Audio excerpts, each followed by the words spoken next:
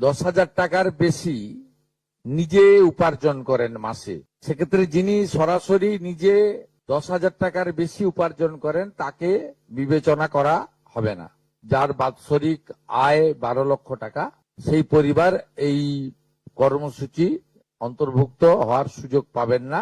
পঞ্চায়েত, পৌরসভা, সরকার, সরকারি সাহায্যপ্রাপ্ত শিক্ষা প্রতিষ্ঠান অর্থাৎ শিক্ষক, শিক্ষাকর্মী, স্থায়ী সরকারি চাকরিতে নিযুক্ত থাকেন, এরা এই বেনিফিটের মধ্যে পড়ছেন না।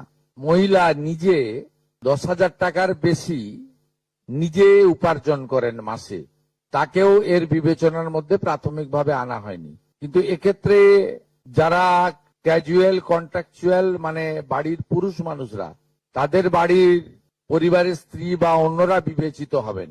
যদি কোনো মহিলা, এটা একটি নারী অর্থনৈতিক সশক্তিকরণের স্কিম, সেক্ষেত্রে যিনি সরাসরি নিজে 10,000 টাকার বেশি উপার্জন করেন তাকে বিবেচনা করা হবে না। 3,000 টাকার কম ভাতা পান, ধরুন উইডো পেনশন 1,500 টাকা এই মাস থেকে হয়েছে, গত মাস পর্যন্ত ছিল 1,000 টাকা, তাদেরকে হায়ারটা দেওয়া হচ্ছে, 3,000 টাকাটাই দেওয়া হচ্ছে অন্নপূর্ণা যোজনাতে।